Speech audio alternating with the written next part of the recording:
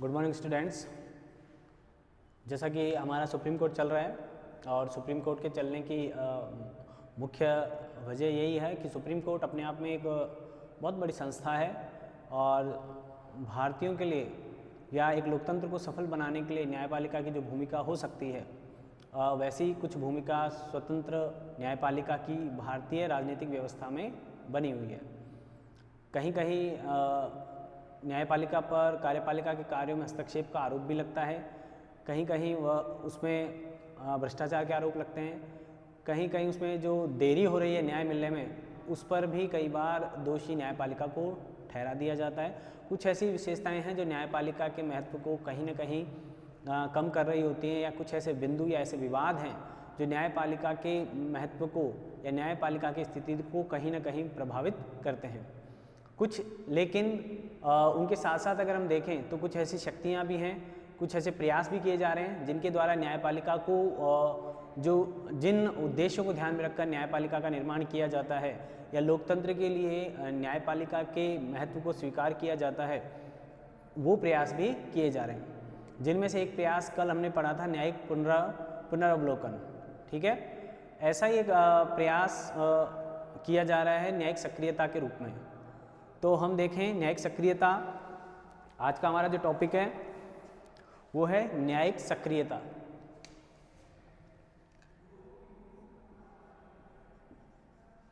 Judicial activism,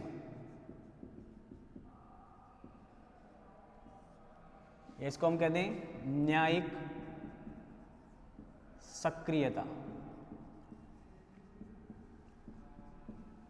ठीक है, ये आज का हमारा टॉपिक है। लेकिन इससे पहले हम देखें कि न्यायिक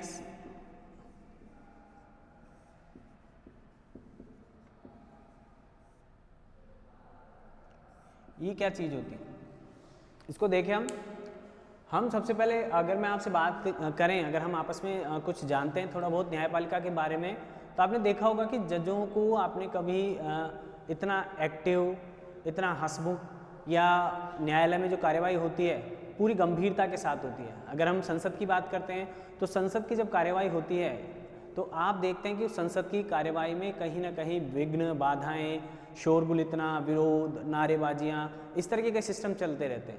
जबकि सर्वोच्च संस्थाओं में आती है संसद, राज्यसभा, लोकसभा। ठीक है, लेकिन वहाँ पर जो अनुशासन है उस अनुशासन में कहीं ना कहीं बाधा या विघ्न उन्हीं के सदस्यों के द्वारा या किसी अन्य कारण से बार बार उत्पन्न होते रहते हैं। किसी राजनेता का व्यक्तित्व देखेंगे तो कहीं ना कहीं कुछ मजाकिया स्वरूप के हैं, कुछ अत्यधिक सीरियसनेस जिनमें झलकती है, और कुछ कहीं कहीं बहुत अपने पद के प्रति या अपने जिम्मेदारियों के प्रति लापरवाह होते हैं। किसी भी फील्ड में आप जाएंगे तो कई लोग आपको ऐसे मिल जाएंगे। लेकिन जजों के या न्यायालय के जो कार्यपालिका है या जो सिस्टम है वो कहीं ना कहीं इस न्यायिक संयम पर काम करता है। कहने का मतलब उनके व्यवहार से, चाहे वो सामाजिक जीवन में उनका व्यवहार हो, चाहे न्यायाधीश के रूप में उनका व्यवहार हो, या किसी अन्य रूप में अगर आप देखेंगे तो उनका व्यवहार बहुत ही संयमित होता है। तो न्यायाधीश की प्रकृति या न्याय की प्रकृति ही इस तरह की है कि किसी तरह की जो वाचालता है या चंचलता है वो कहीं ना कहीं उसमें दिखाई सामान्यतः नहीं देती। हालांकि सभी सफल व्यक्तियों में या सफलता के लिए थोड़ी सी सीरियसनेस जरूरी है, लेकिन न्यायपालिका में वो चंचलता बहुत कम दिखाई देती है जो कहीं कहीं अन्य पेशे में या अन्य कार्यों में या अन्य क्षेत्रों में दिखाई दे जाती है। तो जजों से अपेक्षा की जाती है कि वे न्याय या संयम का पालन करेंगे, यानी कि न्यायाधीशों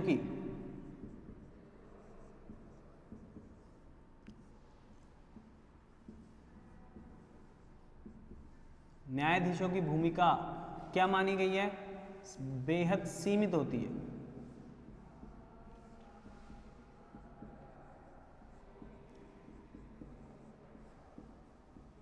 ठीक है, सीमित कैसे मान सकते हैं आप इसको, कि सीमित मानने का एक कारण ये है कि न्यायपालिका या न्यायाधीश कानून को जैसा बनाया गया, क्योंकि कानून बनाने का काम न्यायपालिका का नहीं है, तो उसका दायित्व है कि जिस तरह का कानून बनाया गया है या न्याय को जिस तरह से प्रस्तुत किया जा रहा है तो न्यायपालिका उसकी वैसी ही व्याख्या करे जिस उद्देश्य को लेकर वो बनाया गया।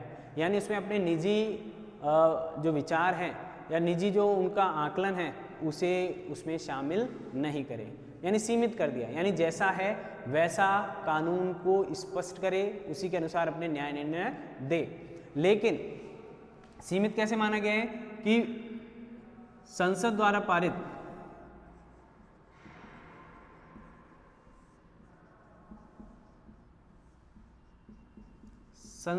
पारित कानूनों का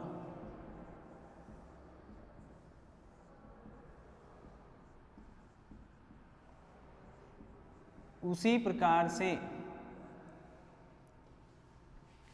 अपने न्याय निर्णयों में प्रयोग करे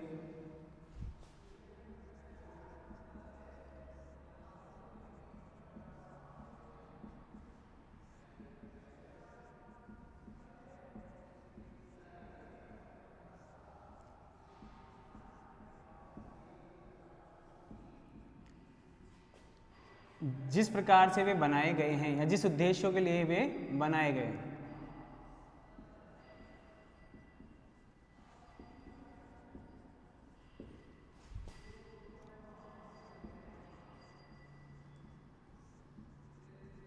ठीक है, अर्थात यानी अपनी पर्सनल व्यूज में इंक्लूड नहीं करें,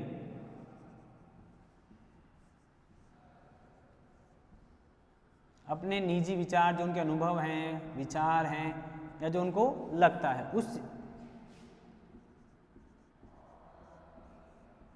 उस निर्णय में शामिल न करें।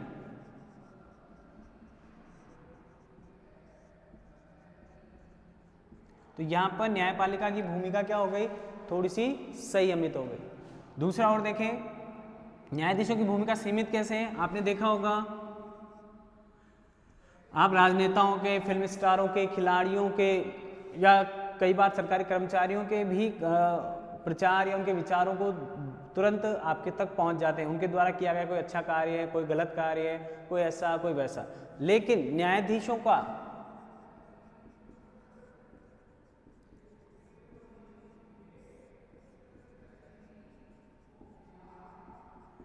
जज जो हैं वो सार्वजनिक और व्यावसायिक जीवन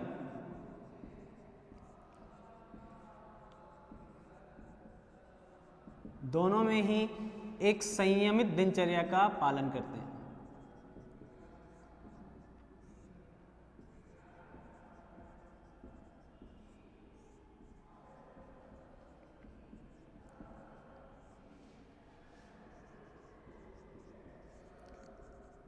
अब ऐसा क्यों? क्योंकि उनके पेशे के लिए, यानी एक न्यायाधीश के लिए न्याय करने का जो कार्य है उसके लिए बहुत आवश्यक है कि वह अपने मन को इस तरह से नियंत्रित करे कि वो जो सामने जो घटनाएं, जो तथ्य प्रस्तुत किए जा रहे हैं उनको बड़े ध्यानपूर्वक सुने, उनका विश्लेषण करें, उनके आधार पर फिर अपना जो कानून बने हुए हैं सरकार के द्वारा या संविधान के द्वारा जो प्रदत्त व्यवस्थाएं हैं, अनुच्छेद है, कानून, उन सब में बैलेंस करते हुए वो अपना न्याय निर्णय दें। यानी क्योंकि आपको पता है कि उसके एक गलत डिसीजन से समाज में गलत संदेश जा सकता है, किसी व्यक्ति को फांसी पर लटकाया जा सकता है बिना उसकी गलती के। कई बार कुछ अन्य प्रकृति के अपराध होते हैं या कई बार किसी निर्दोष व्यक्ति के साथ किसी तरह का कोई गलत व्यवहार न्यायाधीश के द्वारा किया जाता है तो उसको हमेशा के लिए वो एक अपराधी के रूप में कन्वर्ट कर सकता है। यानी एक पूरे जीवन के लिए, एक पूरी व्यवस्था के लिए न्यायाधीश को संयमित दिनचर्या या संयमित रूप से अपने व्यवहार को करने की एक अपेक्षा की जाती है। तो उसी को न्यायिक संयम का नाम दिया गया। यानी अपनी तरफ से कुछ नहीं करना, जो भी संसाधन उपलब्ध हैं या उपलब्ध करवाए गए हैं उन संसाधनों के अंतर्गत रहते हुए या उन अपेक्षाओं के अंतर्गत रहते हुए अपना न्यायिक कार्य करना ही न्यायिक संयम के अंतर्गत आता है। ये व्यवस्था ही है जिसके कारण न्यायाधीशों को अपनी सीमाओं में रहकर न्याय करने के लिए प्रेरित किया जाता है। तो आपके समझ में आएगा, तब आप देखेंगे कि न्यायाधीशों को सक्रियता की आवश्यकता क्या पड़ गई। न्यायाधीश के लिए, न्यायपालिका के लिए सबसे स्वर्णिम सूत्र जो है वो है न्यायिक संयम को रखते हुए किसी प्रकार के प्रचार प्रसार, नाम, सम्मान, इन कार्यों के लिए किसी झूठे या किसी क्या कहते हैं एडवर्टाइजमेंट टाइप किसी केस को अपने लिए या न रखना, रिजर्व नहीं कर लेना कि नहीं ये केस तो मैं सुनूंगा, इसमें बहुत बड़ा नाम हो सकता है इसमें डिसीजन आने के कारण। तो ऐसी जो उनकी मानसिकताएं हैं उनको पहले से इस प्रकार से प्रशिक्षित किया जाता है कि वे न्याय को ध्यान में रखते हुए, मेन उद्देश्य उनका है कि न्याय तत्व जो है, जो मुख्य बातें हैं वो एक तरह से फालतू या अनुपयोगी बातों को साइड में करते हुए उस सार तत्व को ग्रहण करें जब वो किसी मुकदमे की सुनवाई करते हैं और एक समाज में एक आदर्श रूप में प्रस्तुत करें। लेकिन अब आगे हम क्या पढ़ रहे हैं, हम पढ़ रहे हैं न्यायिक सक्रियता, जो कि जस्ट इसका लगभग अपोजिट है। ठीक है, तो आपको समझ में आएगा कि न्यायाधीशों की भूमिका सीमित रखी गई है, इसका कारण क्यों था, क्या था और आज उसमें क्या परिवर्तन हो रहे हैं। लेकिन न्यायिक पुनरावलोकन कहीं भी न्यायिक सक्रियता का समानार्थी नहीं है, न्यायिक संयम का वो विरोधी नहीं है। ठीक है, लेकिन जब हम आगे पढ़ने वाले हैं न्यायिक सक्रियता, वो न्यायिक संयम के अपोजिट है, तो हमको पहले ही पढ़ना था, हमको ये ध्यान रखना था। अब न्यायिक सक्रियता में क्या है कि व्यक्ति खुद भी आ सकता है, किसी और के माध्यम से भी कार्य किया जा सकता है, जबकि न्यायिक संयम के अंतर्गत क्या था, जिस व्यक्ति के साथ अन्याय हुआ है उस व्यक्ति को ही न्याय मांगने या न्याय लेने की इजाजत प्रदान की गई थी। अब देखें, इसका जो सबसे पहले विकास हुआ इस विचार का, या हम कहते हैं जन्म हुआ, वो हुआ अमेरिका में।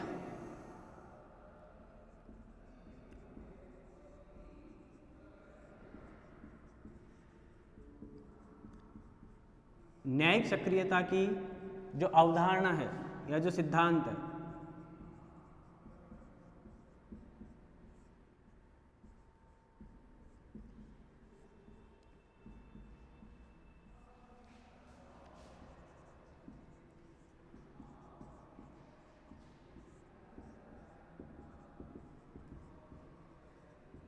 कहां पर हुआ, अमेरिका में। एक इतिहासकार, एक एजुकेशनिस्ट हैं, उन अमेरिकन, उनके द्वारा ये विचार सबसे पहले लिया गया था।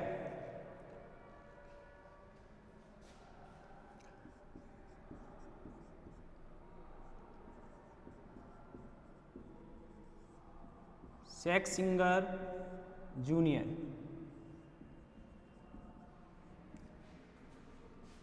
इतिहासकार,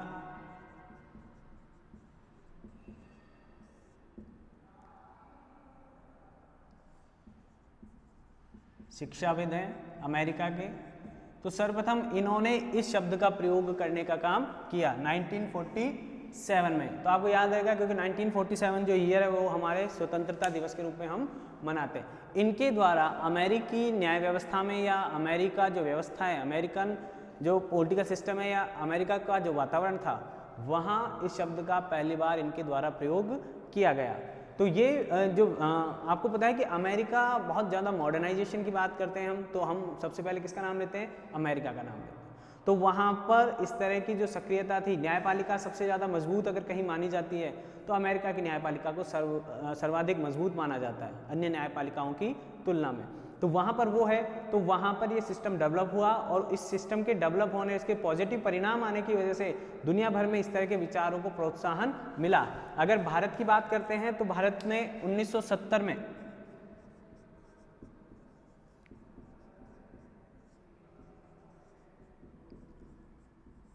भारत में 1970 के दशक में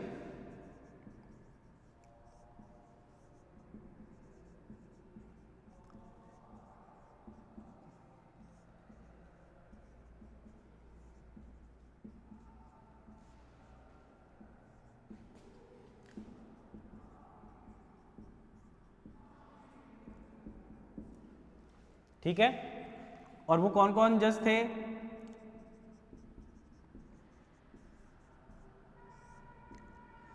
न्यायमूर्ति पीएन भगवती,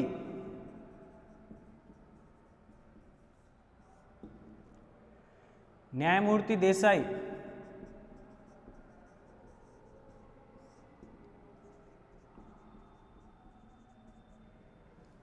इसके अलावा कृष्णा अय्यर,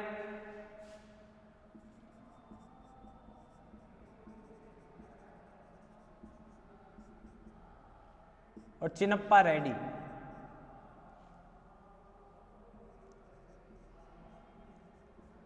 ये मैं इसलिए बता रहा हूं क्योंकि अभी भी मैंने आपको कल परसों भी बताया था कि अभी भी 3 न्यायाधीशों ने, सुप्रीम कोर्ट के न्यायाधीशों ने जो वर्तमान मुख्य न्यायाधीश थे उनकी कार्यप्रणाली पर प्रश्न उठाते हुए एक प्रेस कॉन्फ्रेंस की थी।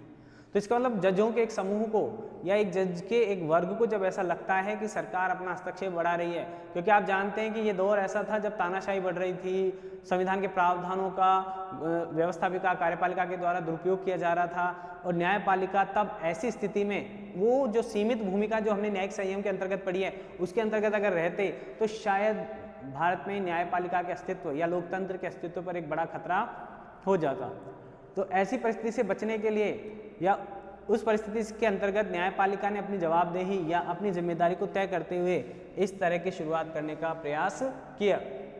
ठीक है, तो मैंने आपको बताना चाह रहा हूँ 1970 और उसके आसपास का जो समय है, उस समय ऐसे विचारों को मान्यता मिलने लगी जो कि लोकतंत्र के लिए खतरनाक थे। तो वहाँ पर इन न्यायाधीशों ने या भारत की न्यायपालिका ने अपनी जिम्मेदारी को समझते हुए उसे बहुत बेटर तरीके से निभाने का काम किया। तो ये ध्यान रखें आप, कहाँ से हुआ, क्योंकि अमेरिका एडवांस स्टेज पे रहे। आगे चले अब इसका अर्थ देखते हैं, समझते हुए चलिए, याद करते हुए चलिए। प्रश्न किस तरह के आएंगे वो मैं आपको बताता चलता हूँ। ये प्रश्न आया हुआ है पीएन भगवती से संबंधित कि भारत में पीएन भगवती, ये 2-3 जगह आएंगे पीएन भगवती, इसलिए इनसे संबंधित प्रश्न आते रहते हैं।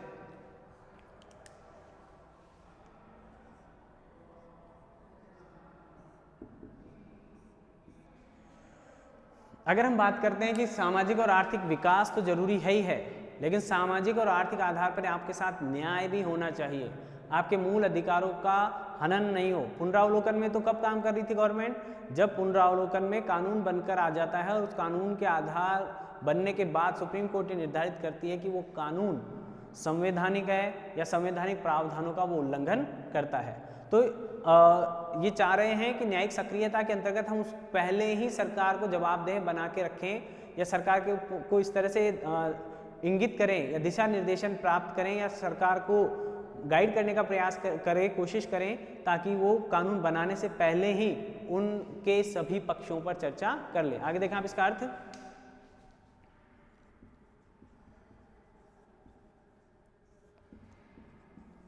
सक्रियता मतलब आप समझ ही जाते हैं, सजगता से ले सकते हैं। अगर आप सक्रिय हैं तो आप अपने अधिकारों का भी ध्यान रखेंगे, अपने कर्तव्यों का भी ध्यान रखेंगे, किसी का इंतजार नहीं करेंगे। न्यायिक सक्रियता का मतलब हो गया वहां पर न्यायपालिका किसी का इंतजार नहीं कर रही है कि कोई आए और हमसे न्याय मांगे। मांग सकता है, उसमें पाबंदी नहीं लगाई गई है, लेकिन कई बार न्यायपालिका खुद के स्वयं विवेक से भी क्या करती है, किसी मामले को देखती है यदि उसमें कोई व्यापक जनहित छुपा हुआ हो या सरकार वहां पर ढीली पड़ रही हो तो न्यायपालिका स्वयं आगे बढ़कर कोई काम करती है। इसी को दूसरे शब्दों में देखिए आप,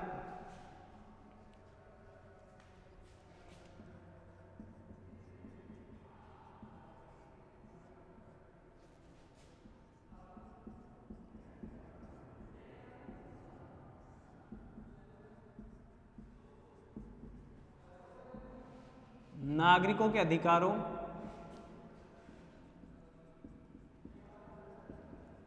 तथा सामाजिक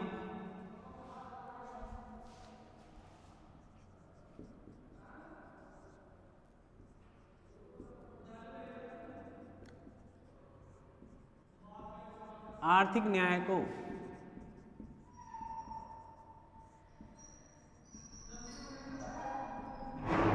समाज में बढ़ावा देने के लिए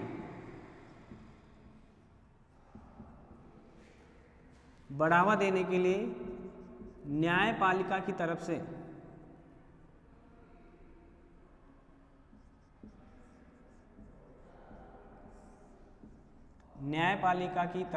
पहल करना,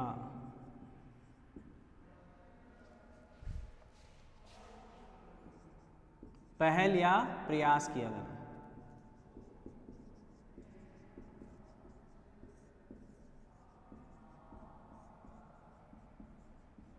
ठीक है, यानी जब न्यायपालिका, अब इतना सा लिखा हुआ है, अब इसके कई मायने निकल सकते हैं जैसा आप समझें।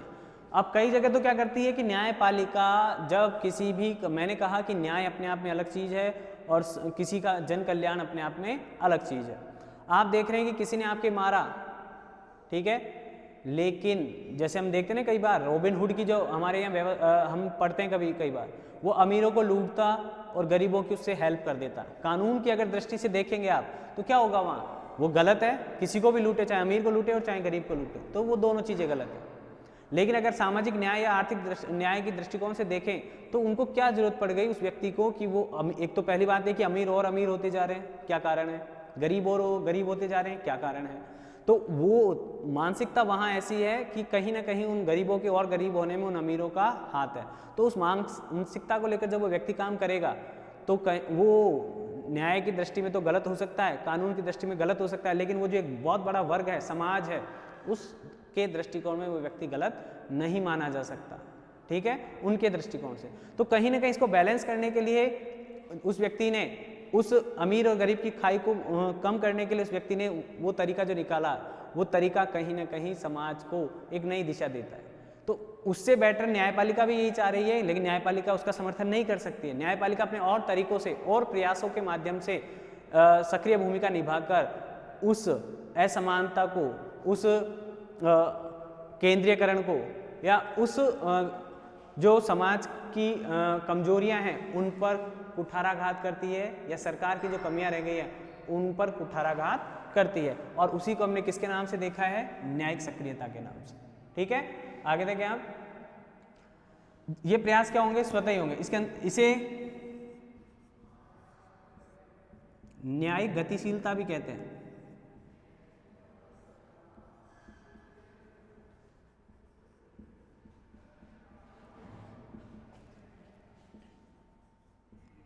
न्यायिक गतिशीलता भी कहा जाता है।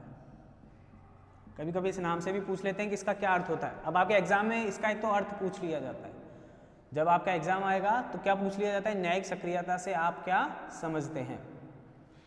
आगे देखें आप, अब इसके अंतर्गत न्यायाधीश या न्यायपालिका क्या करती है,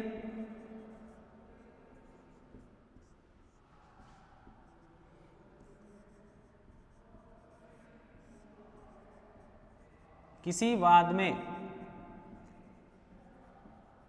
अपनी निजी राय भी शामिल कर सकती है, यानी वो निजी सुझाव भी दे सकती है कि कानून में तो ये है लेकिन इसको इस तरीके से लागू किया जा सकता है।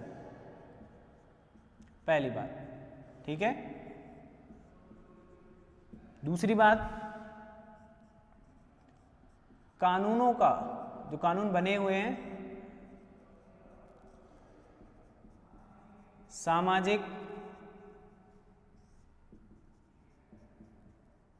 और आर्थिक आधार पर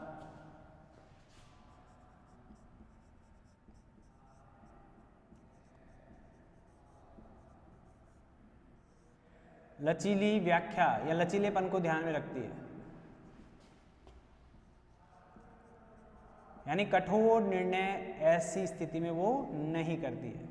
परिस्थिति को ध्यान में रखती है कि सामाजिक और आर्थिक परिस्थितियों को ध्यान में रखते हुए किस तरह का कानून वहां पर लगाया जाना चाहिए। क्योंकि आपने देखा होगा कि कुछ कानूनों में न्यायपालिका को भी एक विवेकाधीन शक्ति दे रखी है कि वह कब किस डिसीजन में कानूनी प्रावधानों से इतर जाकर भी, अलग जाकर भी कोई निर्णय दे सकती है। उसी को हम किसके अंतर्गत रख देते हैं, न्यायिक सक्रियता के अंतर्गत। आप ये सोचिए कि समाज को इसकी आवश्यकता क्यों पड़ रही है।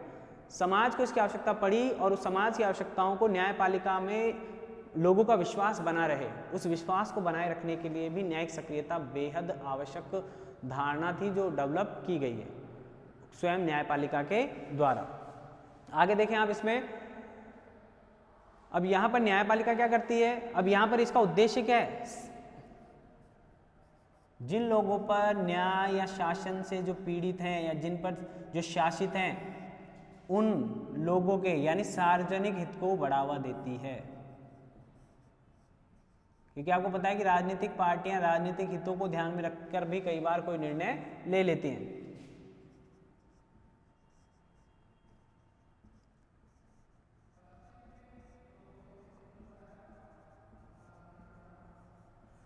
बड़ी बड़ी बातें नहीं है, छोटी बातें, सक्रियता की जरूरत पड़ रही है। क्यों, आगे देखें हम इसको। तो आप देखें न्यायिक सक्रियता का मतलब वो है न्यायपालिका के द्वारा स्वयं सरकार या कार्यपालिका के कार्यों में एक तरह से हस्तक्षेप तो नहीं कहेंगे, लेकिन एक अच्छे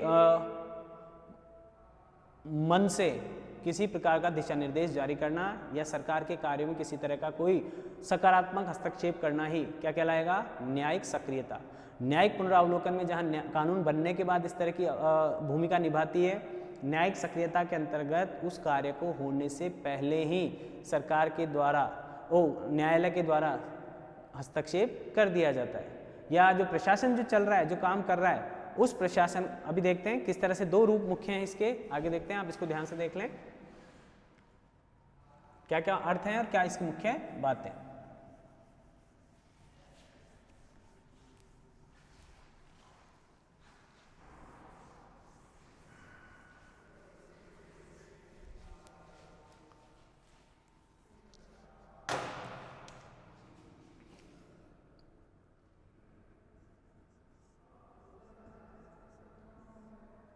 मुख्य दो स्वरूप हैं इसके, या दो प्रकार से कार्य किया जाता है। एक तो है PIL, जनहित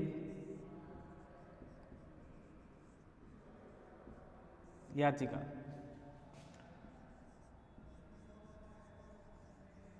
पब्लिक इंटरेस्ट लिटिगेशन, ठीक है, इसको शॉर्ट में क्या कहते हैं, PIL। अब ये क्यों लिखा है, कई बार इसकी फुल फॉर्म पूछी जाती है या पूछी जा चुकी है, ठीक है।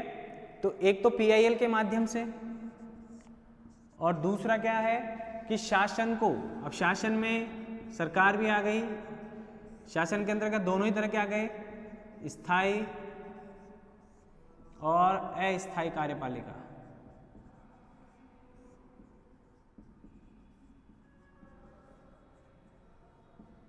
ठीक है। शासन को निर्देश दिया जाना, अब दो तरह से करती है मुख्यतः। तो PIL तो आप समझ ही गए, PIL लॉन्च की जाती है बड़े बड़े मुद्दों पर। PIL से मतलब कि जब कोई व्यक्ति स्वयं अपने प्रति या अपने अधिकारों के प्रति जागरूक नहीं होता है, तब किसी अन्य व्यक्ति या संस्था के द्वारा उसके अधिकारों को लेने के लिए सुप्रीम कोर्ट में जो एक्शन किया जाता है, उसे हम किसके नाम से जानते हैं, PIL के माध्यम से। यानी एक बड़े समुदाय, व्यक्ति एक हो सकता है, लेकिन उसका जो मुद्दा है अगर वो बहुत लोगों से जुड़ा हुआ है, मान लीजिए अभी जैसे पेपर आउट हो गया किसी एग्जाम का, तो एक व्यक्ति ने उसको देख लिया, एक व्यक्ति के पास ऐसा कोई प्रूफ आता है, तो वो जब, क्योंकि उसको पता है कि इससे सारे एग्जाम, जो बच्चे एग्जाम दे रहे हैं या तो उन सब का हित जुड़ा हुआ है, उनके साथ किसी तरह का अन्याय या असमानता नहीं हो जाए, तो उससे बचने के लिए वो क्या करता है, कोर्ट में केस कर देगा, ठीक है। एक बात तो ये हो जाती है। पर्यावरण प्रदूषण सबको प्रभावित कर सकता है, तो ऐसे तो नहीं है कि सारे उठकर हम कोर्ट में केस करने चले जाएंगे। कोई एक व्यक्ति या एक संस्था हमारी तरफ से क्या करेगा, उस मुद्दे को सुनेगा, ठीक है, वहां रखेगा, ठीक है। तो इसको जनहित याचिका इसलिए कहा गया है, जनहित का मतलब किसी व्यक्ति का हित नहीं, एक बड़े वर्ग का अगर हित प्रभावित हो रहा है किसी नीति, किसी नियम से, किसी कानून से, तो फिर वहां पर सुप्रीम कोर्ट इस क्या करेगा, वहां पर उस परंपरागत नहीं, पहले FIR लॉन्च कराओ आप उस थाने में, जिस थाने में, इस तरह की जो उनकी परंपरा का जो कार्य प्रणाली है, उसके इतर जाकर ये सबसे पहले इस मुद्दे को सुनेगा। तो PIL का अगला टॉपिक भी आपका उसको देखेंगे। तो PIL के माध्यम से भी न्यायपालिका क्या करती है, अपने आप को सक्रिय रखती है। और दूसरा, शासन, चाहे स्थायी कार्यपालिका हो चाहे अस्थायी कार्यपालिका हो, इनको समय समय पर निर्देश भी देकर वो काम करती है। आप देखते हैं कि आए दिन आप खुद पेपर में पढ़ते होंगे कि आज इस बात को लेकर न्यायालय में चले गए, आज उस विवाद को लेकर न्यायालय में चले गए, तो वहाँ पर सरकार की नीतियाँ ही, अब जैसे अगर बात करते हैं हम 2G स्पेक्ट्रम घोटाला हुआ था, किसी व्यक्ति को तो, साधारण व्यक्ति को तो पता ही नहीं था क्या नुकसान हो रहा है, क्या नहीं हो सकता है, लेकिन सरकार की वहाँ जो नीति थी कि अपने पसंदीदा लोगों को बुलाकर ही उसने क्या कर दिया, स्पेक्ट्रम की नीलामी करना प्रारंभ कर दिया। तब सुप्रीम कोर्ट कुछ लोग गए, सुप्रीम कोर्ट ने कहा नहीं, इसको ओपन नीलामी, यानी कोई भी व्यक्ति निविदा भरे, कोई भी व्यक्ति नीलामी के लिए अपने आप को प्रस्तुत करे, वो जो सबसे अधिकतम बोली लगाए गवर्नमेंट के लिए, वो उसको दे दिया जाए। अब वहाँ पर वो नीति थी, उस नीति को सुधारने के लिए निर्देश किसको दिया गया, सुप्रीम कोर्ट के द्वारा शासन को दिया जा रहा है, ठीक है। तो इस तरह की कार्यप्रणाली के द्वारा भी न्यायिक सक्रियता को सुप्रीम कोर्ट के द्वारा उपयोग में लिया जाता है, ठीक है। तो आप ये ध्यान रखें कि ये दो मूल स्वरूप हैं। बाकी समय समय पर निर्देश देना और भी अन्य कार्य करना सुप्रीम कोर्ट और हाई कोर्ट के लिए आवश्यक हो जाता है। ठीक है, ये दो स्वरूप है मुख्य, PIL और शासन को आदेश देना। अब ऐसे क्या जरूरत पड़ गई, देखें आप इसके क्या कारण हो सकते हैं। मेनली तो इसकी फुल फॉर्म भी ध्यान रखें आप, PIL की। ये इतना सुप्रीम कोर्ट से रिलेटेड है, इसलिए इसको एक साथ पढ़ रहे हैं, आपके काम आएगा। और सामान्यतः इनके अर्थ पूछे जाते हैं। आगे देखें इसके क्या कारण है, या आवश्यकता क्यों हो गई।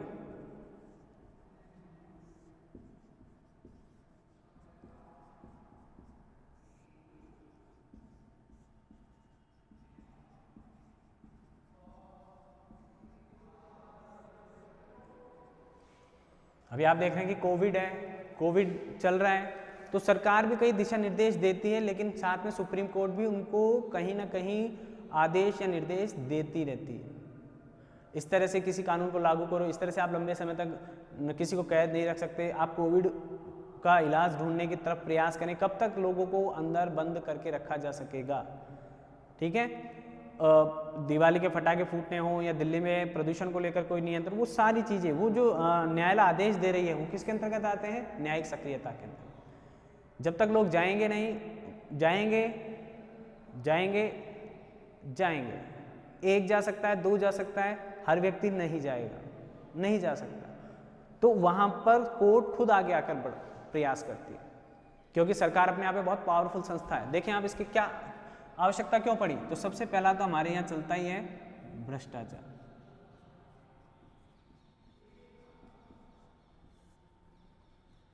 भ्रष्टाचार, ठीक है। अब इस भ्रष्टाचार के कारण जो कार्यपालिका है, या जो हम कहते हैं कि हमारी जो सिस्टम है, वो सिस्टम एकदम करप्ट हो चुका है। अब वो सिस्टम करप्ट हो चुका है तो वो बिना रिश्वत के चले नहीं, बिना अपने किसी लाभ के चले नहीं, अच्छी पोस्ट पाने तक काम करते हैं। लालच तो कई तरह के हो सकते हैं, भ्रष्टाचार कई तरह का हो सकता है। अनेबल व्यक्ति, योग्य नहीं होते हुए भी किसी बड़े पद पर बैठे हुए हैं, कुछ लोग रिश्वत देकर आगे बढ़ रहे हैं, कुछ लोग रिश्वत, अभी एक IAS को पकड़ा गया, आपको पता है, सर्वोच्च IAS लेवल का व्यक्ति, उसको कोई नाम दाम सब अच्छे मिलते हैं, लेकिन फिर वो रिश्वत में पकड़ा गया। तो आप सोचिए, जब वो भ्रष्टाचार कर रहे हैं तो कहाँ सामान्य व्यक्ति कहाँ बचेगा, कहीं नहीं बचेगा। ठीक है, तो आगे चलते हैं। उसके बाद जो भ्रष्टाचार की वजह से दूसरा कारण हमारा है, पहला तो क्या हो गया, भ्रष्टाचार। भ्रष्टाचार के कारण क्या हो रहा है, न्यायपालिका को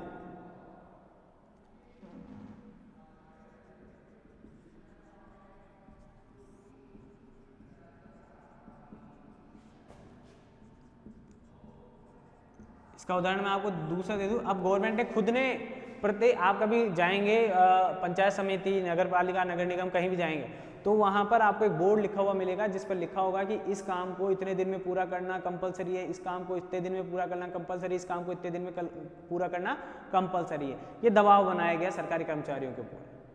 ये निर्देश आए हैं कि कोई टाइम लिमिट होनी चाहिए जिसमें किसी कार्य को पूरा होने का कोई फिक्स टाइम हो। तो सर न्यायपालिका के द्वारा हस्तक्षेप किया जाता है, क्योंकि अधिकारी या सरकार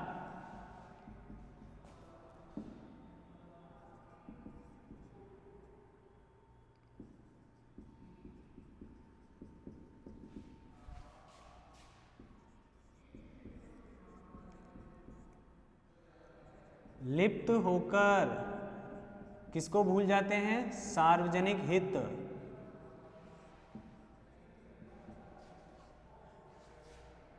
को भूल जाते हैं। और किस पर ध्यान देते हैं, मैंने अभी बताया था, आप PIL लॉन्च नहीं कर सकते, किसमें घुस जाते हैं, फिर वो व्यक्तिगत हितों पर ध्यान देने लगते हैं। किसको ढूंढने लगते हैं अपने आसपास, व्यक्तिगत हित। तो तब ऐसे मामलों में फिर न्यायपालिका को वहां पर हस्तक्षेप करने की क्या पड़ती है, जरूरत पड़ जाती है। दूसरा देखें आप, कार्यपालिका और न्यायपालिका और व्यवस्थापिका दो अंग हैं जो कि न्यायपालिका से पहले काम करने चाहिए, लेकिन वो दोनों अंग असक्षम हैं। अब कैसे हैं, मैं आपको बता देता हूं। जिस तरह न्यायपालिका को अवमानना के लिए दंडित करने का अधिकार प्राप्त है, उसी तरह संसद में भी संसद सदस्यों को या सांसदों को अपनी अवमानना के ऊपर कार्यवाही करने का अधिकार दिया गया। तो जैसे कोई भी व्यक्ति किसी सार्वजनिक हित के मुद्दे को उठाने का प्रयास करता है, या सांसद या संसद के किसी व्यक्ति के कार्यों की आलोचना करता है, या सच्चाई सामने लाने का प्रयास करता है, तो उस व्यक्ति पर अवमानना के अंतर्गत क्या चला देते हैं, वो केस चला देते हैं। ठीक है, उस व्यक्ति को बोलने नहीं दिया जाता। एक तो हो गई अवमानना, और दूसरा कुछ विवेकाधीन शक्तियां भी हैं जिनका भी दुरुपयोग किया जाता है। विवेकाधीन शक्तियों का भी कभी कभी क्या किया जाता है, दुरुपयोग किया जाता है। उस दुरुपयोग को रोकने के लिए, क्योंकि ये अपने आप में सर्व सक्षम है, इसके द्वारा किए गए किसी भी अत्याचार या शोषण के लिए कहाँ जाएंगे, पुलिस इनकी, डॉक्टर इनके, इंजीनियर, मतलब हर सिस्टम का हर पार्ट इनके अंतर्गत आता है। तो ऐसे समय में न्यायालय पर यह जिम्मेदारी आती है कि वह अपने दायित्वों का निर्वहन करे। वो इंतजार नहीं करे कि कोई व्यक्ति आकर हमसे कोई सहायता मांगेगा तभी हम किसी मामले को सुने या उस मामले में किसी तरह का कोई दिशा निर्देश प्रदान करें। ये तो किसी भी सरकार में हो सकता है। अब इसकी दूसरा जो पक्ष आता है वो आता है कि गठबंधन सरकारें, ये तो किसी भी सरकार में हो सकता है, चाहे वो गठबंधन सरकार हो चाहे वो पूर्ण बहुमत की सरकार हो। अब यहां इनमें क्या दिक्कत आती है कि यहां जो सरकारें हैं वो जोड़ तोड़ से बनती हैं, या गठबंधन सरकार को हम क्या कहते हैं, जोड़ तोड़ सरकारें।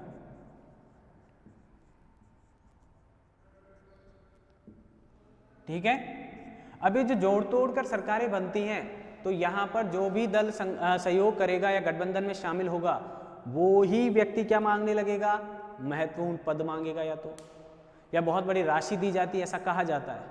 तो जब वो आपको बड़ी राशि देकर शामिल होगा, तो वो सरकार आपसे उस राशि को वसूल कहाँ से करेगी, जनता से करेगी, आम जनता से करेगी। उस पद पर अगर वो अयोग्य व्यक्ति को गठबंधन की मजबूरी के कारण बैठा दिया जाता है, तो उसकी कार्यप्रणाली का नुकसान भी किसको भुगतना पड़ेगा, आम जनता को भुगतना पड़ेगा। निजीकरण किया जा रहा है, निजीकरण किया जा रहा है, ये इसमें भी हो सकता है, इसमें भी हो सकता था। ठीक है, अब उस निजीकरण का प्रभाव पॉजिटिव है, नेगेटिव है, भोगना किसको पड़ेगा, आम जनता को भोगना पड़ेगा। ठीक है, तो वहां पर फिर न्यायिक पालिका को सक्रिय भूमिका निभाने के लिए मजबूर होना पड़ जाता है। ठीक है, तो इसलिए इसकी आवश्यकता पड़ती है। आज जिस तरह से राजनीतिज्ञ या राजनीतिक दलों का जो स्तर गिरता जा रहा है, उस गिरते हुए स्तर के कारण भी न्यायपालिका को अपनी भूमिका का निर्वहन करना होता है। यहाँ पर ये लोग अपने नाम, अपने प्रचार, अपनी पार्टी के नाम प्रचार के लिए काम कर सकते हैं। राष्ट्रीय आप देखेंगे कुछ मुद्दे ऐसे हैं जो अब सुलझ रहे हैं सरकार के समय, वो पहले भी सुलझ सकते थे, लेकिन वहाँ उन सरकारों को लगता था कि अगर हम इस मुद्दे को छेड़ेंगे तो ये सरकारें यहाँ पर गिर जाएंगी। ठीक है, तो इसलिए न्यायपालिका को वहाँ पर सक्रिय होना पड़ा है। कहीं कहीं सरकारें यहाँ पर कई सरकारें तानाशाही रूप धारण कर लेती हैं। उन तानाशाही सरकारों के विरुद्ध, उनके खिलाफ भी क्या करना पड़ता है, न्यायपालिका को ही सक्रिय होना पड़ता है। तो ऐसी कुछ आवश्यकताएं थी।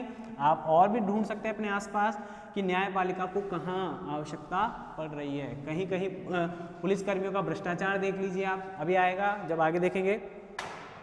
लेकिन इसकी कुछ आलोचनाएं भी की जाती हैं।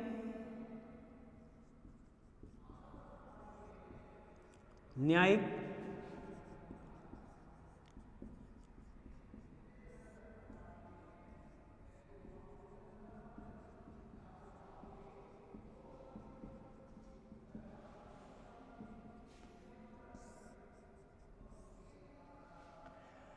अब देखिए, कुछ इसके अगेंस्ट भी कुछ लोग कहते हैं। क्यों कहते हैं? क्योंकि आपको पता होना चाहिए कि हमारे यहाँ संविधान में व्यवस्था की गई है कि सरकार के 3 अंग बनाए गए हैं और तीनों अंगों के अपने अपने काम वहाँ पर निर्धारित किए गए हैं।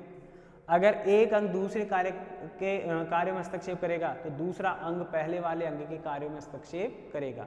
ठीक है, तो ये जो खींचतान की स्थिति पैदा हो सकती है, क्योंकि संविधान के द्वारा सीमाएं निर्धारित ऐसे बिल्कुल फिक्स नहीं कर दी गई हैं। ठीक है, कानून बनाने का संसद को अधिकार है, लेकिन अगर वो संवैधानिक गैर संवैधानिक है तो न्यायपालिका उसको रद्द कर सकती है। ठीक है, लेकिन अब संवैधानिक होने के मूल स्तंभ में 5-6 बातें शामिल हैं, बाकी आप कैसे कह देंगे कोई चीज़ संवैधानिक है या गैर संवैधानिक है, ठीक है। तो उसकी भी कोई फिक्स परिभाषा यहाँ पर नहीं दी गई है। जिस आत्मा की हम बात करते हैं संविधान की आत्मा की, वो कहीं पर भी फिक्स नहीं है। देखें, पहली आलोचना जो आती है वो आती है न्यायपालिका की सक्षमता को लेकर।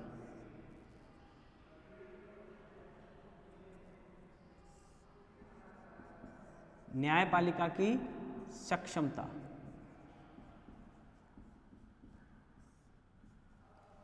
अब इसमें कहना क्या चाहते हैं हम, क्या न्यायपालिका के जो न्यायाधीश है वो इतने विद्वान हैं? विद्वान का मतलब वो न्याय के तो विद्वान हैं, लेकिन क्या वो मेडिकल यानी स्वास्थ्य सेवाएं जो हैं, चिकित्सा, अभियांत्रिकी यानी इंजीनियरिंग, विज्ञान और अन्य अन्य जो चीज़ें हैं, या हम कह दें इकोनॉमिक्स, अर्थशास्त्र, क्योंकि वो लोक तो ज्ञाता हैं, लेकिन क्या वो इन चीज़ों के भी ज्ञाता हैं? क्या वो किसी डॉक्टर के द्वारा किए गए ट्रीटमेंट के बारे में कोई चर्चा कर सकते हैं? दवाइयों के बारे में कोई आदेश दे सकते हैं? नहीं दे सकते। क्या एक जज को सभी विषयों का ज्ञान हो सकता है? इंजीनियरिंग का निर्माण, वहाँ पर जो घोटाले हैं, क्या उनको पकड़ सकता है कि किस रेशियो में कितना सीमेंट, कितना मिलावट है, कितना मिलावट नहीं है, कितना क्या किया जा सकता है? इस तरह की क्या जानकारियाँ हैं? कौन सी दवाई बेफालतू दी जा रही है जिसके देने नहीं देने से फ़र्क पड़ेगा या नहीं पड़ेगा? इस तरह की जानकारी न्यायाधीश को किसी चिकित्सक के द्वारा ही उपलब्ध करवाई जा सकती है। अगर पूरी व्यवस्था में भ्रष्टाचार होगा या किसी व्यक्ति के ऊपर डाल दिया जाएगा, तो क्या वो न्यायाधीश बिल्कुल न्याय कर पाएंगे क्या उस संबंधित विषय की जानकारी, गहरी नॉलेज को लेकर? तो वह हर मामलों में हस्तक्षेप किस प्रकार से कर सकता है, ऐसा यहाँ पर बिंदु खड़ा होता है। ये आलोचना की जाती है कि जज सभी विषयों के ज्ञाता नहीं हो सकते। तो जब वो सक्रिय होंगे, तो सक्रिय होने का मतलब तो सब विषयों में हस्तक्षेप करेगा, जहाँ भी उसका न्याय दिखेगा, वो व्यक्ति आए नहीं आए, ये अपनी सक्रियता के आधार पर वहाँ हर मामलों में क्या कर सकते हैं, हस्तक्षेप करने की सुविधा प्राप्त कर लिए। एक तरह से उन्होंने ये सुविधा प्राप्त हो गई कि वो हर मामले में क्या कर ले, हस्तक्षेप कर ले। अब इसका नतीजा क्या हो रहा है कि इनके लेवल पर होने वाले भ्रष्टाचार को ये कैसे ढूंढ पाए। वो जो नैतिकता है, हम सिर्फ ये मानते हैं कि चिकित्सक का अपना एक नज़रिया है, अपना एक दायित्व है, वो उससे नीचे नहीं जाएगा, लेकिन चला जाएगा तब क्या करेंगे जज साहब? तो यानी यहाँ पर वही बातें हैं कि आप उनको इस तरह से ट्रेंड करवाइए। हालांकि कमियों की बात नहीं कर रहे हैं, हम उनके उपाय की बात नहीं कर रहे, हम ये बात करें कि न्यायपालिका क्या सभी मामलों में सक्षम है क्या, जब वो हर मामले में न्यायिक सक्रियता के आधार पर जाकर हस्तक्षेप कर सकती है या करना चाह रही है। ठीक है। दूसरी जो इसकी कमी आती है, सरकार के 3 अंग है, मैंने पहले बताया, लेकिन यहां पर न्यायपालिका तीसरे सदन के रूप में काम करने लगी है।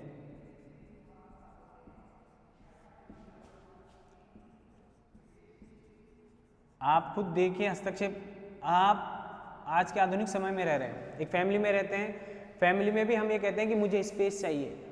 हर व्यक्ति क्या ढूंढ रहा होता है, अपना स्पेस। घर में रहते हुए भी घर के सदस्यों के बीच में वो कहता है नहीं, आप इन मामलों से थोड़ा दूर है। मतलब पढ़ाई करनी है, ठीक है, सब्जेक्ट क्या लेना है, मेरी चॉइस होनी चाहिए। किस कॉलेज में जाना है, चलो आपके हिसाब से तय कर लेते हैं, लेकिन कैसे पढ़ना है, क्या पढ़ना है, कौन सी बुक्स लाएंगे, ये सारी चीज़ें आप, यानी पढ़ाई में आप हस्तक्षेप ज़्यादा करना चाह रहे हैं। ठीक है, लेकिन ज़रूरी नहीं है कि आपकी जो पेरेंट्स हैं वो इस बात को सीधा ही मान लें। यानी आप भी एक सीमा तक हस्तक्षेप के बाद आपको भी थोड़ा सा झुंझलाहट आने लगती है, थोड़ी सी टेंशन होने लगती है कि नहीं, मैं ये काम नहीं कर पाऊंगा। तो फिर ये जो सदन है, 2 सदन है आराम से कानून बनाने, निर्माण करने के लिए, कार्यपालिका, व्यवस्थापिका, उनको चलाने के लिए, संचालन करने के लिए। फिर सुप्रीम कोर्ट को क्या जरूरत पड़ गई कि वो किसी भी अधिकारी को आदेश दे दे, किसी भी मंत्री को आदेश देने का प्रयास करे, किसी भी तरह से प्रशासन में हस्तक्षेप करे। तो इसीलिए कई लोगों ने ये कह दिया कि न्यायपालिका जो है वो तीसरे सदन की भूमिका के रूप में काम कर रही है इस न्यायिक सक्रियता के आधार पर, जबकि ऐसा नहीं होना चाहिए। कुछ लोगों ने इसे न्यायपालिका की हिटलरशाही या तानाशाही का भी नाम दिया है कि यहाँ पर इस विषय के आधार पर न्यायपालिका अन्य जो अंग हैं उन्हें डराने या उनको प्रभावित या गलत तरीके से उनको इफेक्ट करने का प्रयास कर रही है। ऐसा नहीं होना चाहिए। न्यायपालिका अपनी सीमाओं का उल्लंघन कर रही है। जैसा कि हम देखें तीसरा, अगर देखें वहां तो वो तीसरे सदन की भूमिका में मतलब एक एक्स्ट्रा, लेकिन यहां पर व्यवस्थापिका वह कार्यपालिका के कार्यों में क्या कर रही है? हस्तक्षेप कर रही है।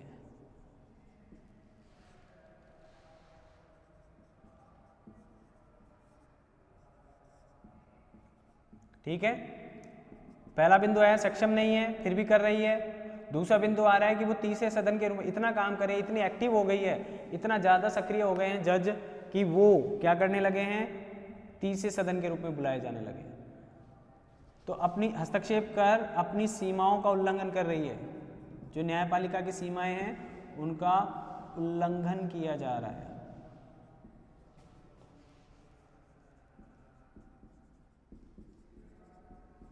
जबकि वास्तव में ऐसा होना नहीं चाहिए था।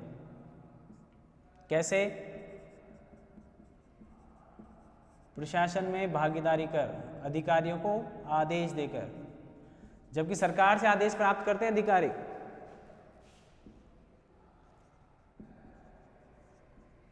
तो ये क्या कर रही है? अधिकारियों को आदेश देती है,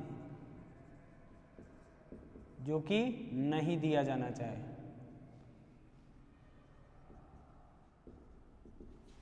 जब प्रशासन को अगर न्यायपालिका ही आदेश देगी तो फिर उन्हें मंत्रियों या जो प्रशासनिक अधिकारी और हैं उच्चतर लेवल के, उनके आदेशों को वहाँ एक तरह का कन्फ्यूजन क्रिएट कर जाएंगे कि न्यायपालिका इस मामले में क्या कहेगी। न्यायपालिका में तो नहीं चला जाएगा। हम खुद भी तो सोचते हैं कि ये वैकेंसी कोर्ट में तो नहीं चली जाएगी। अब कोर्ट में जाएगी तो फिर कोर्ट इंडिकेट करेगा कि कैसे आपको क्या करना है।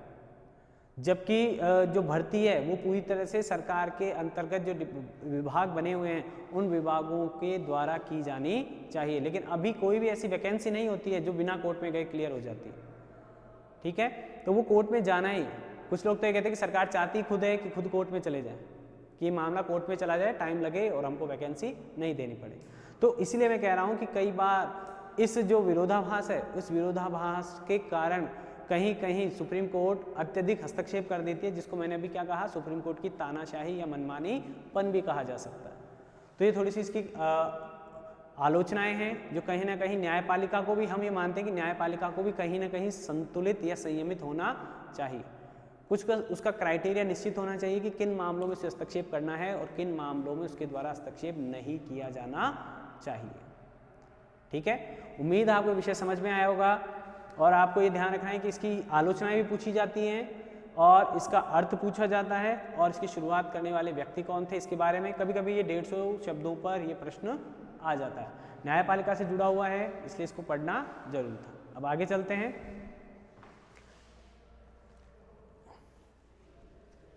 आगे जो हमारा विषय है वो हमारा विषय जुड़ा हुआ है इसी के अगले टॉपिक से, न्यायपालिका के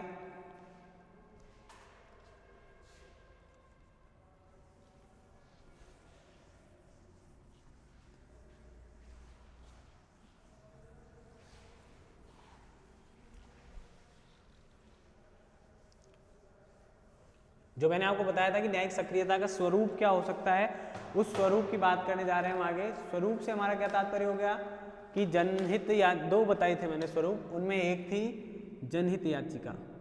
तो अगला आपका जो बिंदु है वो है जनहित याचिका। ये दिया हुआ है आपकी सेकंड यूनिट में।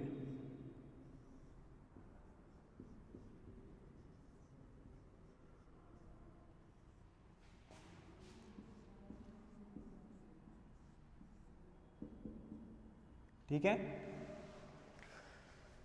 अब सबसे पहले बात करते हैं हम, इसकी जो शुरुआत हो रही है वो मैंने पहले ही बताई 1980 के दशक में। दो न्यायाधीश हैं, वही पीएन भगवती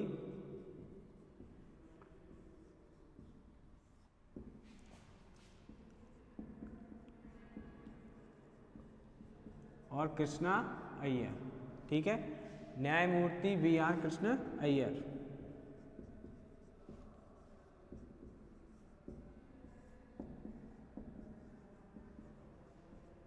अब मैं आपको और बता दूं कि ये नाम देखकर ऑप्शन ऐसे दिए जाते हैं। पीएन भगवती आसान है, कई लोगों को याद रहता है तो उसके साथ ऑप्शन बदल दिया जाता है। तो आप दोनों को ध्यान रखें, न्यायमूर्ति बी आर कृष्ण अय्यर और न्यायमूर्ति पीएन भगवती। पीआईएल किसका अगला चरण है?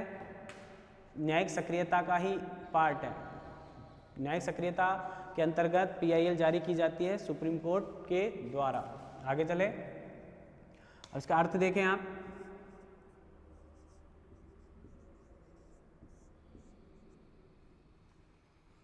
जब किसी व्यक्ति के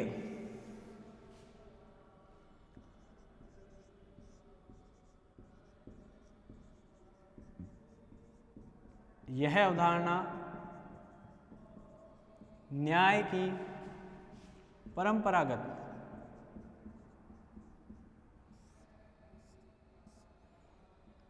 अवधारणा के विपरीत है, पहली बात तो ये ध्यान रखिएगा।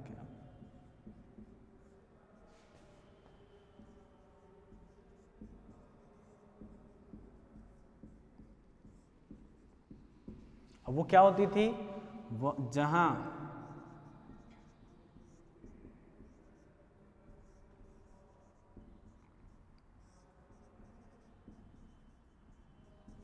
पीड़ित व्यक्ति या संस्था ही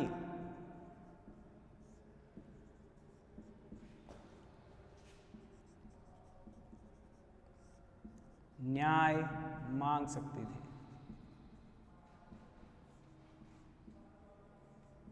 ठीक है। और दूसरी बात इसी में, न्यायालय में उपस्थित होकर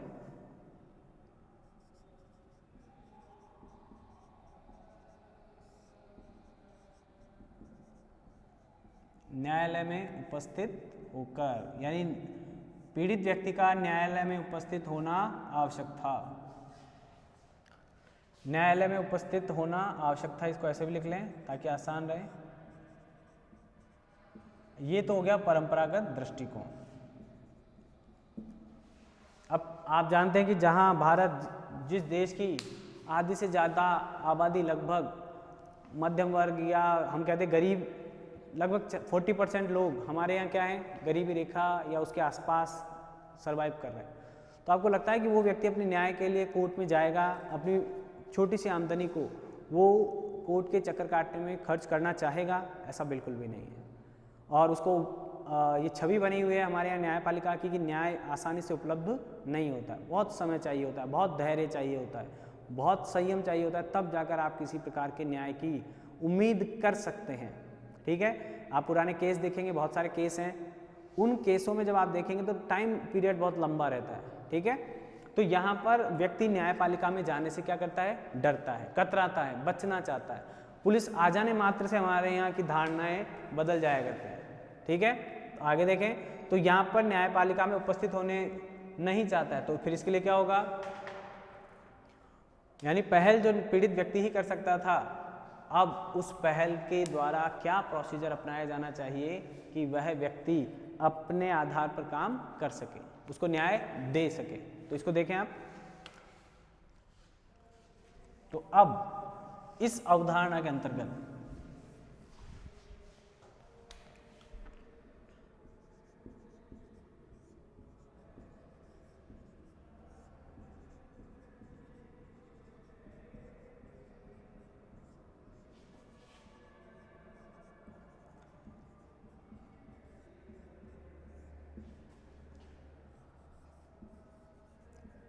पीड़ित व्यक्ति जो कि क्या है, गरीब है, निरक्षर है, डर रहा है, न्याय पाने के लिए प्रयास नहीं करना चाहता, पीड़ित व्यक्ति के अलावा भी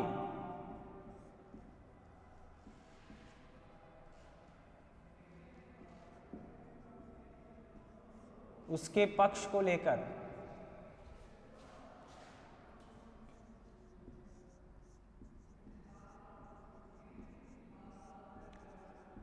अन्य व्यक्ति या संस्था के द्वारा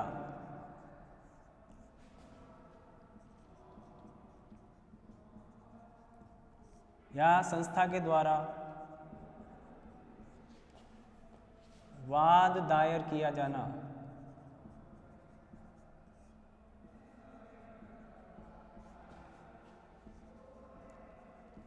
या पक्ष रखना न्यायालय में,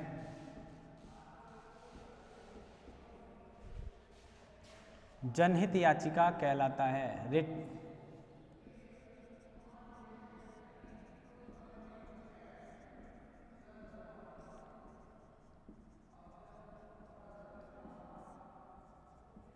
ठीक है, तो आगे देखें, इसको और देखें हम।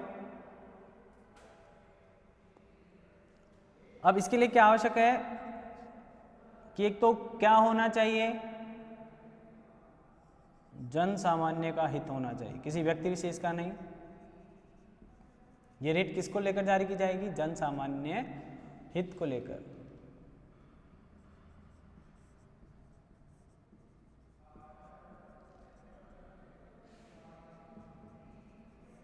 किसी व्यक्ति विशेष को नहीं।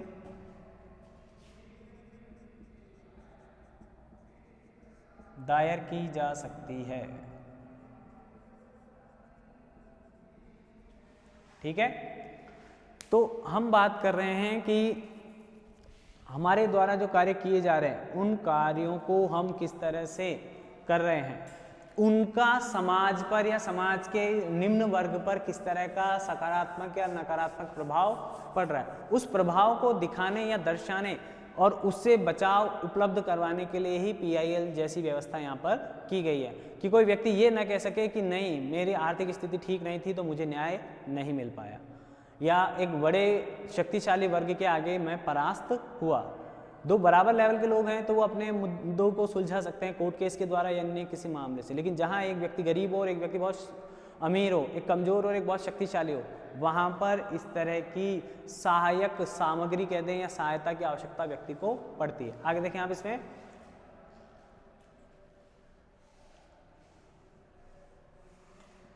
इसको देखें आप, आगे चलते हैं। फिर कौन कौन कर सकता है, इसका अर्थ क्या हो गया कि जन सामान्य के मुद्दे को लेकर गरीब, अशिक्षित या कमजोर व्यक्ति के मुद्दे को लेकर, जो कि एक बड़े वर्ग के मुद्दों के रूप में काम आ सकता है या एक बहुत बड़े वर्ग के हितों का प्रतिनिधित्व करता है, ऐसे मुद्दे को लेकर दायर की गई याचिका जनहित याचिका के अंतर्गत आती है या उसे हम जनहित याचिका कहते हैं। आगे देखें आप, इसके जो क्षेत्र होता है या पक्षकार कौन कौन हो सकते हैं। PIL का कार्य क्षेत्र कहाँ कहाँ लागू है। सबसे पहले तो जो बंधुआ मजदूर थे हमारे,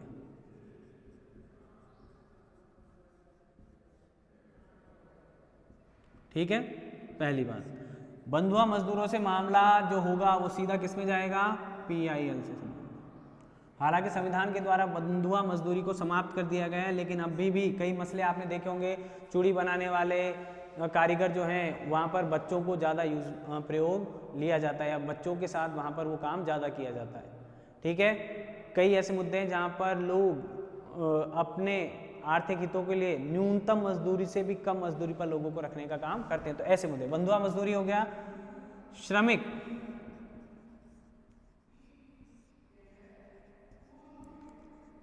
अब श्रमिकों के क्या क्या मुद्दे हो सकते हैं, वेतन, अभी जैसे मैंने बता रहा था न्यूनतम वेतन निर्धारित कर दिया गया अब, तो उससे कम वेतन नहीं दिया जाएगा, लेकिन ऐसा वास्तव में है नहीं। स्वास्थ्य सुविधाएं आप वो पढ़ेंगे, नीति निर्देशक तत्व, तो आजकल कह दिया गया कि जो रूम है वो हवादार होने चाहिए, रोशनी होनी चाहिए, सुविधाएं होनी चाहिए, अन्य अन्य प्रकार के सारे बातें उसमें लिख दी गई है, तो कानून बना दिया गया, उनके आधार पर डिसाइड कर दिया गया। श्रमिक कानूनों में, नीतियों में बोनस आदि को लेकर जो भी मुद्दे हैं वो सारे मुद्दे, क्योंकि श्रमिक एक छोटा वर्ग नहीं है, एक बहुत बड़े वर्ग को श्रमिकों के अंतर्गत, बहुत बड़ा वर्ग है श्रमिकों का, तो उनसे संबंधित मुद्दे। उपेक्षित बच्चे जो हैं,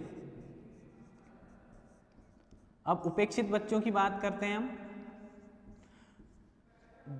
आपने देखा होगा कि हमारे यहाँ जनाना हॉस्पिटल है या जो भी हॉस्पिटल, उसके बाहर एक छोटा सा एक पालना रखा गया है, जो पेरेंट्स अपने बच्चों को छोड़ जाते हैं, इधर उधर कचरे में पटक देते हैं या जो भी है, आप समाज की दशा देखिए, तो ऐसे बच्चे, अनाथ बच्चे, उपेक्षित बच्चे, जिनके पेरेंट्स होकर भी ध्यान नहीं दे पाते हैं, भीख मांगने या अन्य कार्य के लिए मजबूर कर देते हैं, ऐसे बच्चे या फिजिकली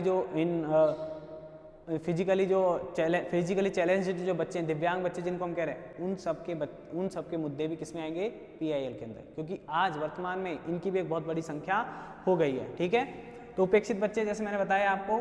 आगे देखें आप, पुलिस को लेकर, अब पुलिस से संबंधित क्या मुद्दे हो सकते हैं, जैसे FIR लॉन्च नहीं करना, पुलिस वाले FIR नहीं रखते हैं। ठीक है, थाने में किसी की मृत्यु हो जाना, किसी की मृत्यु हुई है थाने में, तो ऐसा मुद्दा PIL आप उसके लिए लॉन्च कर सकते हैं। उत्पीड़न, मैंने आपको कल भी बताया था कि पुलिस में कई बार जो आप बिना FIR लॉन्च के 24 घंटे से ज़्यादा आपको नहीं रखा जा सकता, अगर रखा जाता है तो आप उसके खिलाफ क्या दायर कर सकते हैं, PIL लॉन्च की जा सकती है। ठीक है, आप बंदी प्रत्यक्षीकरण याचिका दायर की जा सकती है। तो ये पुलिस से संबंधित मामले हैं, इसलिए समय समय पर आप देखते होंगे कि मानवाधिकार आयोग जेल की क्या करता है, वो निरीक्षण करता है, वहाँ देखता है कि किसी प्रकार से कैदियों पर कोई अत्याचार तो नहीं किया जा रहा है। ठीक है, ये जांच की जाती है, वहाँ पर देखा जाता है कि कोई कैदी ऐसा तो नहीं है जिसकी जमानत हो गई है फिर भी उसको पता नहीं है या उसको अपने अधिकारों का पता नहीं है और वो जेल में बंद है, या ऐसा कोई कैदी जिसकी केस ही फाइल नहीं हो रहा उसका और वो जेल में बैठा हुआ है। बहुत सारे कैदी मिल जाते हैं ऐसा, केस फाइल नहीं होते हैं लेकिन वो कई उस किए गए अपराध के बदले जो दंड होना चाहिए था, जिस अपराध में उसको पकड़ा गया था, कई बार उससे ज़्यादा की सजा वो काट चुके हैं, लेकिन वो अभी भी कहाँ हैं, जेल में, क्योंकि उनकी सहायता करने वाला नहीं है। तो इस तरह के जो मुद्दे होते हैं वो कहाँ जाते हैं, वो जाते हैं PIL के अंतर्गत, आप उनको लागू कर सकते हैं। महिलाओं के प्रति होने वाले अत्याचार, क्योंकि महिलाओं का भी एक अपना बड़ा वर्ग है, दहेज उत्पीड़न, कार्यस्थल पर किसी तरह की असुविधाएं, अवमानना, इस तरह के जो मुद्दे हैं उन मुद्दों को भी PIL के अंतर्गत सुना जा सकता है सुप्रीम कोर्ट के द्वारा। आगे चलें, जो इंपॉर्टेंट बात है वो रहे पर्यावरण के जो मुद्दे हैं, पर्यावरणीय मुद्दे, खनन, जल प्रदूषण, वायु प्रदूषण। आप देख रहे हैं कि नर्मदा जो गुजरात में जो बांध बन रहा था उसको लेकर आमिर खान और मेधा पाटेकर जैसे बहुत सारे लोगों ने विरोध किया था। उसका बनना या नहीं बनना सरकार का काम है वैसे तो, लेकिन उन्होंने पर्यावरण के मुद्दों पर, व्यक्तियों के हितों पर, वो जो उस बांध की ऊंचाई बढ़ने से जिन लोगों के गांव या जो घर तबाह हो रहे थे वो इतने सक्षम नहीं थे कि वो विरोध कर सके, तो उनको सपोर्ट मिला उन लोगों का। पर्यावरण के मुद्दे, गंगा प्रदूषित हो रही है तो उसमें जो गंदा पानी शिविर का, फैक्ट्रियों का, कल कारखानों का जो दूषित या जहरीला जो पानी जाता है उसका विरोध कर रहे हैं। क्यों? क्योंकि वहाँ की जो मछलियाँ हैं, डॉल्फिन आपने सुना होगा, उन तक के जीवन को उससे इफेक्ट हो रहा है। तो ऐसे मुद्दे PIL के माध्यम से सुप्रीम कोर्ट के द्वारा सुने जाते हैं और दिशा निर्देश वहाँ पर दिए जाते हैं। पर्यावरणीय मुद्दों को लेकर कई बार बहुत से मामलों में PIL जारी की जाती है। आपने सुना होगा राहुल गांधी की तरह ही मेनका गांधी जो है पर्यावरण मंत्री रही हैं BJP के कार्यकाल में, तब उन्होंने बहुत सारी कार्यवाहियाँ ऐसी की थी पर्यावरण को लेकर, बहुत सारी PIL उनके द्वारा लॉन्च की गई हैं। और भी बहुत सारे अधिकारी हैं, हजारीलाल बहुगुणा और रीता बहुगुणा, ये जो फैमिली है ये जुड़ी ही पर्यावरणीय मुद्दों के कारण इनको फेमस इतना किया गया था, या इतना फेमस इनकी फैमिली इसी वजह से पर्यावरणीय मुद्दों को लेकर। तो आगे चलें, और दूसरा जो विषय आता है जिसको लेकर वो होते हैं दंगा पीड़ित। दंगा पीड़ित, आप जानते हैं कि दंगा पीड़ित कोई एक व्यक्ति दंगा पीड़ित नहीं हो सकता, या दंगा एक ऐसी चीज़ है एक व्यक्ति को इफेक्ट करती है तो आने वाले समय में बहुत बड़े समाज के एक वर्ग को प्रभावित कर सकती है। और दंगा पीड़ितों में आप देखते हैं कि कहीं ना कहीं कभी कभी सरकार पर भी आरोप लगते हैं, जो उस समय सरकार होती है, जैसे राम मंदिर जब ढांचा गिराया गया था वो, ठीक है, तो उस समय कहा जाता है कि जो कल्याण सिंह की सरकार है वो उनका समर्थन कर रही थी। उसके बाद मुलायम सिंह के ऊपर भी आरोप लगते हैं कि उन्होंने कई लोगों पर गोलियां चलवा दी थी, ठीक है, पर्टिकुलर में कहना नहीं। ऐसे ही एक मुख्यमंत्री पर, एक स्टेट के मुख्यमंत्री पर भी आरोप लगे थे कि उन्होंने दंगाइयों को खुली छूट दी थी कुछ समय के लिए। तो इस तरह के जो मामले हैं दंगा पीड़ितों या दंगे से संबंधित, ऐसे मामलों को भी आप कहाँ रख सकते हैं, PIL के क्षेत्र में रखा जा सकता है। मतलब ऐसे विषय हैं जिनको लेकर आप PIL जारी कर सकते हैं। तो आपको समझना होगा। अब यहाँ पर कोई भी ऐसा मुद्दा है क्या जो किसी एक व्यक्ति का है, एक वर्ग का भी चल सकता है, महिला वर्ग का, ऐसे किसी एक जाति को लेकर कोई मुद्दा आ रहा है? नहीं, ऐसा बिल्कुल भी नहीं है। यहाँ पर वही मुद्दे आएंगे, PIL उन्हीं मुद्दों के लिए लॉन्च की जाएगी जो एक व्यक्ति, एक हो सकता है, संस्था हो सकती है लाने वाले, लेकिन उनका जो इफेक्ट पड़ेगा, नेगेटिव इफेक्ट जो पड़ेगा, वो इफेक्ट एक बड़े वर्ग पर पड़ने वाला। और वो वर्ग कैसा है? अपने आप में कमजोर वर्ग है, असक्षम वर्ग है, निःशक्त वर्ग है। तो वो जब अपने अधिकारों के लिए काम नहीं कर पाता है, तब इन से जुड़े हुए कोई संस्था भी हो सकती है, मानवाधिकार आयोग भी हो सकता है, और महिला आयोग भी हो सकता है, अन्य अन्य आयोगों के द्वारा भी ये PIL लॉन्च की जा सकती है। जबकि पहले क्या होता था, जिसको इनमें से जो बच्चा है वो जब खुद जाकर न्याय मांगेगा तब न्याय दिया जाएगा। इनमें से जो दंगा पीड़ित खुद है वो जाएगा तो बस उसी को दिया जाएगा, पूरे वर्ग के लिए जरूरी नहीं है सुप्रीम कोर्ट ऐसा कोई करे। लेकिन जब से जनहित याचिका लॉन्च की जा रही है या जनहित याचिका की अवधारणा डेवलप हुई है, तो सुप्रीम कोर्ट की जवाबदेही न्यायिक सक्रियता के तौर पर क्या हो गई है, बढ़ गई है। अब आप देखें किस तरह से काम करती है, आगे देखें।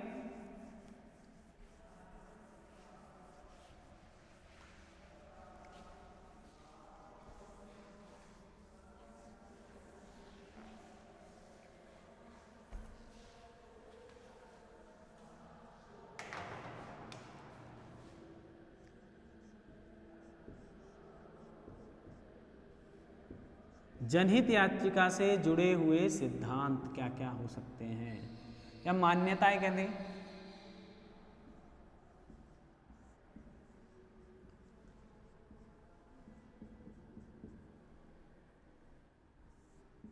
ठीक है, तो इसमें देखें आप,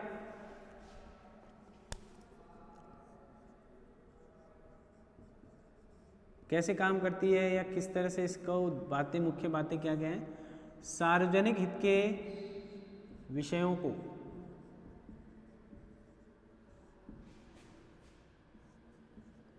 तार या पत्र, तार तो बंद हो गए हैं लेकिन तार के माध्यम से स्वीकार किए गए, इसलिए मैंने तार लिखा है। कहीं आप कह दो सर तार तो बंद हो गए और आप तार की बात कैसे कर रहे हैं, मैं कह रहा हूं पुराने, पहले तार या पत्र के माध्यम से स्वीकार किए जा सकते हैं।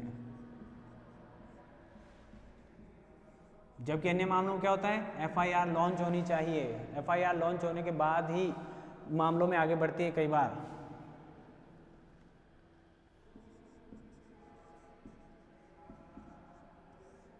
स्वीकार किए जाते हैं। ठीक है, किए जा सकते हैं, वैसे तो कंपलसरी नहीं है कि उसी के माध्यम से हो। दूसरी बात है, अब जो ये मामले आएंगे, ऐसे मामलों में न्यायपालिका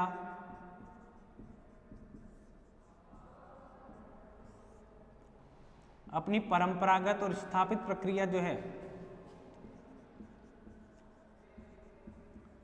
परंपरागत व स्थापित जो चलती आ रही है, कहने का मतलब जो अभी चल रही है, स्थापित प्रक्रिया का पालन आवश्यक नहीं मानती है।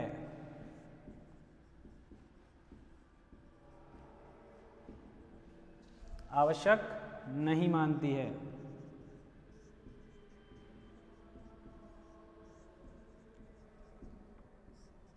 कभी कभी न्यायपालिका, अब देखिए, अगर कुछ करना ही चाहे तो कोई बहाना नहीं चल सकता है। अगर आप कुछ करना ही चाहते हैं राष्ट्र के लिए तो या समाज के लिए, तो कोई बहाना नहीं चलता है। कभी कभी न्यायपालिका क्या करती है, समाचार पत्र में जो खबर छपी होती है, समाचार पत्र की खबरों के आधार पर भी स्वतः ही संज्ञान ले लेती है।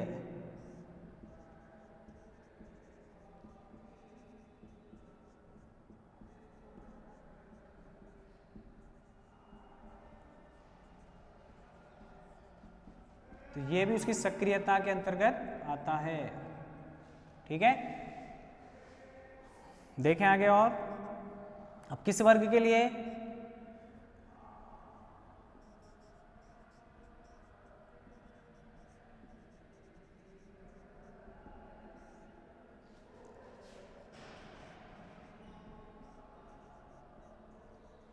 निशक्त, कमजोर,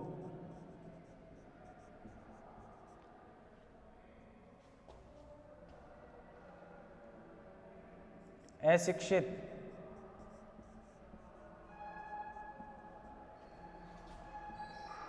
वर्ग के लिए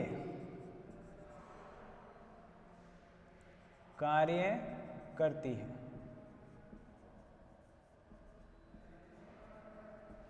मतलब जो सक्षम है, जो अपने लिए कुछ कर सकते हैं, उनके पक्ष में इस तरह की कोई वार्ता नहीं की जाएगी। ठीक है ना। जो व्यक्ति खुद के लिए कार्य नहीं कर सकते, गरीब हैं, निरक्षर हैं, निशक्त हैं, ऐसे लोगों के लिए PIL जैसा प्रावधान किया गया है।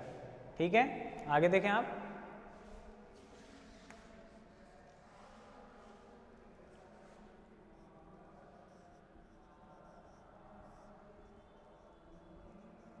जिस काम में आपके पर्सनल कानून बने हुए हैं, निजी कानूनों के अंतर्गत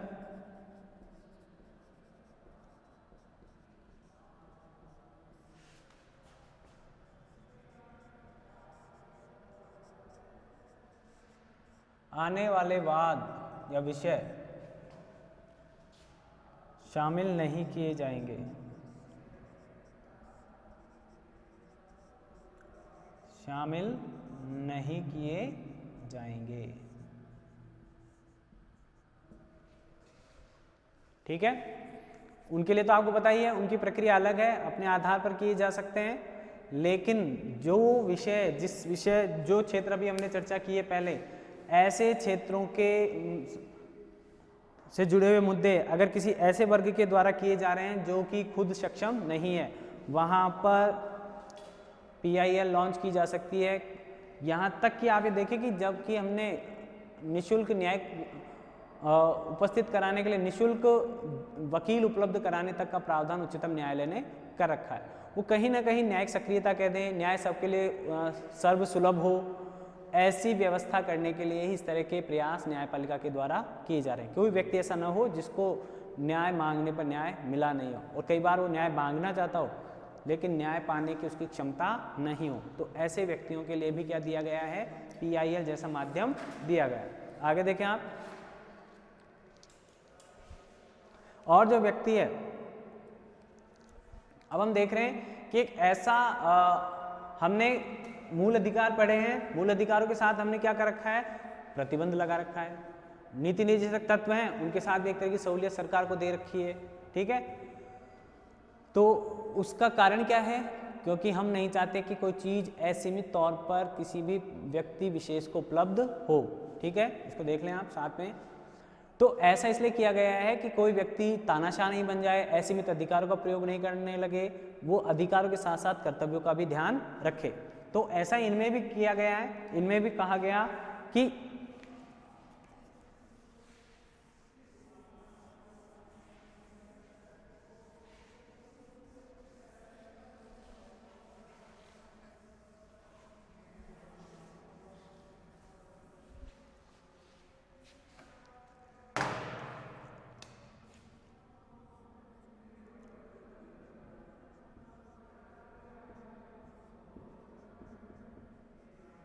जनहित याचिका के संदर्भ में या सीमाएं अगर हम कह दें,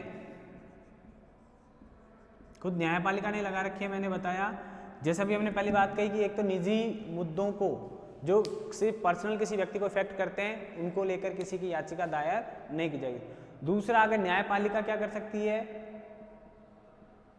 अगर न्यायपालिका को लगता है, न्यायपालिका क्या कर सकती है? जुर्माना और सजा का प्रावधान कर सकती है।